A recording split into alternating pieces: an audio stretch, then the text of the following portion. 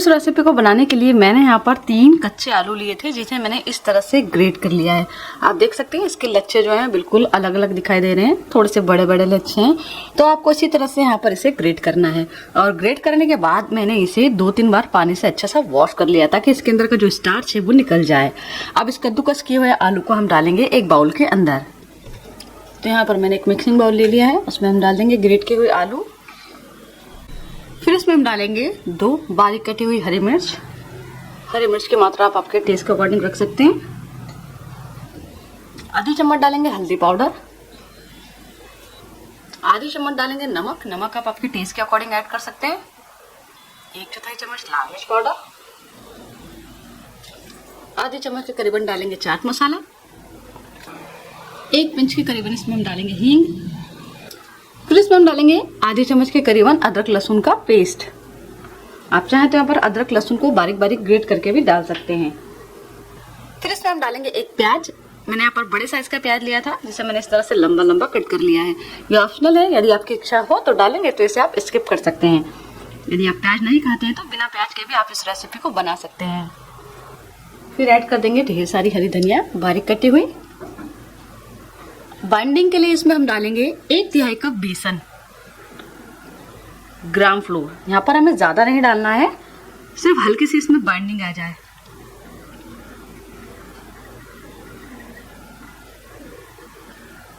यदि चम्मच से नापेंगे तो 3 से 4 चम्मच यहाँ पर मैंने बेसन का यूज किया है।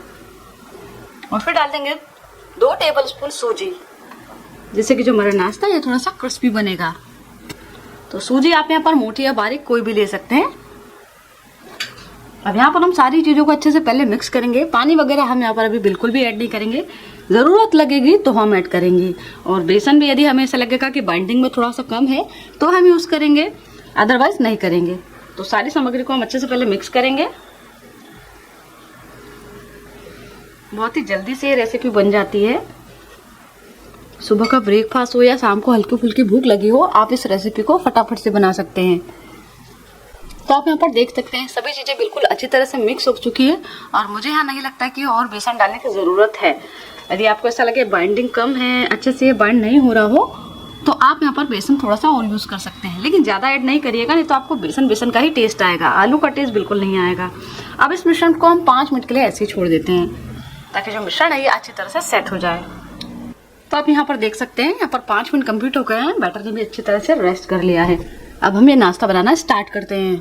यहाँ पर मैंने कढ़ाई में पहले से ही तेल गरम कर लिया है। तेल अच्छी तरह से यहाँ पर गरम हो गया है। अब जो हमने मिश्रण रेडी किया है, कच्चे आलू को इस तरह से सब चीजें मिलाकर उसमें से हम थोड़ा थोड़ा मिश्रण लेंगे और गर्म तेल के अंदर डालेंगे। तेल यहाँ पर ठंडा नहीं होना चाहिए, जैसे हम पकौड़े बनाते हैं ना उस तरह से हमें यहाँ पर इसे डालना है।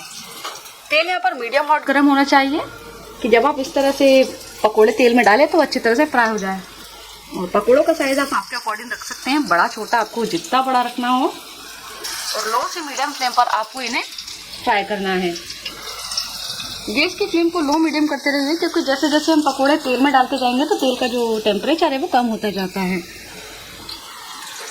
अभी हल्के हल्के से फ्राई हो गए तो इन्हें हम इस तरह से टर्न कर देते हैं और लो टू मीडियम फ्लेम पर इसे हम इस तरह से चलाते हुए फ्राई करेंगे।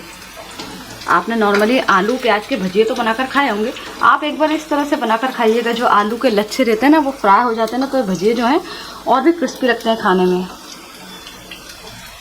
और सबसे खास बात, इसे बनाने के लिए पहले से आपको कोई तैयारी करने की ज़रूरत नहीं है। 15 से 20 मिनट में ये नाश्ता बनकर तैयार हो जाता है। गर्मा गर्म आप इसे चाय के साथ सर्व कर सकते हैं। यदि आप यहाँ पर बेसन डालना नहीं चाहते या बेसन अवेलेबल नहीं है आपके पास, तो आप यहाँ पर थोड़ी सी सूजी की क्वांटिटी को और बढ़ा लीजिए। बाइंडिंग के लिए 2 चम्मच मैदा डाल लीजिए।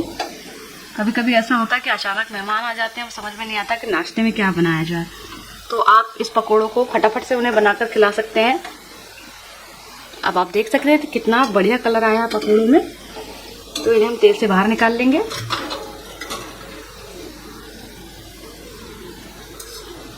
और इसी तरह से हम सारे पकौड़ों को बना लेंगे। तो ये देखिए है ना कितने टेस्टी और कुरकुरे पकौड़े।